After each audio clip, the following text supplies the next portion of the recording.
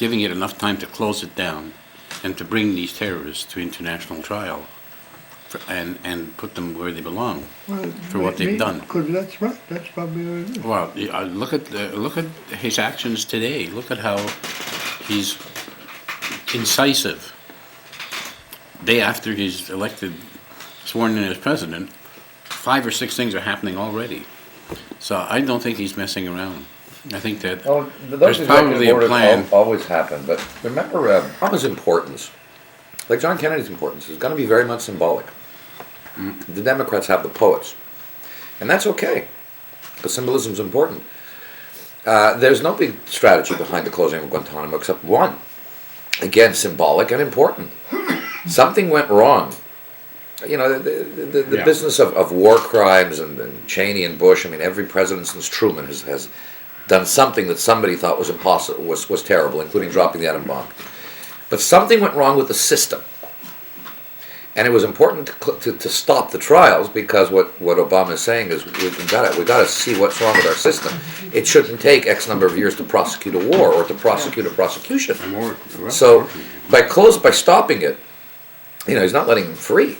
No. He made a statement again today about Hamas, and he made a statement that was put out on the wires that he will commit American assets in the Mediterranean to ensure that Hamas's tunnel system and arms smuggling stop. And if Egypt won't do it and Israel can't do it, America will do it.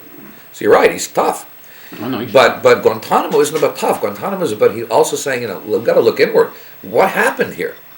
Where did the system break down?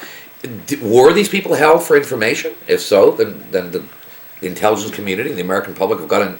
The intelligence community has to tell the American public that, but nobody said that.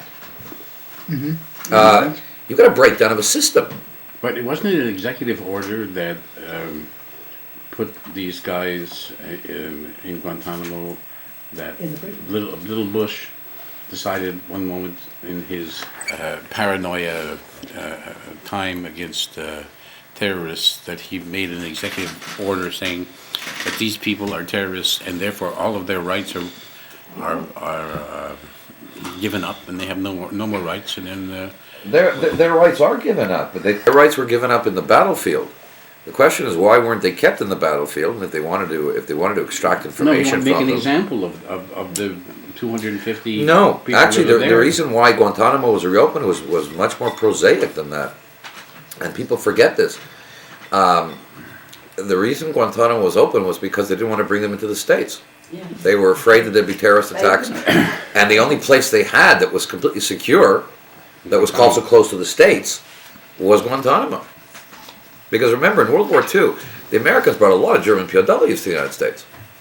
Most of them ended up. They were German POW camps in Canada. Most of them ended up in the eastern townships. When you remember that the Nuremberg trials were done, over, prosecuted, finished in 30 months.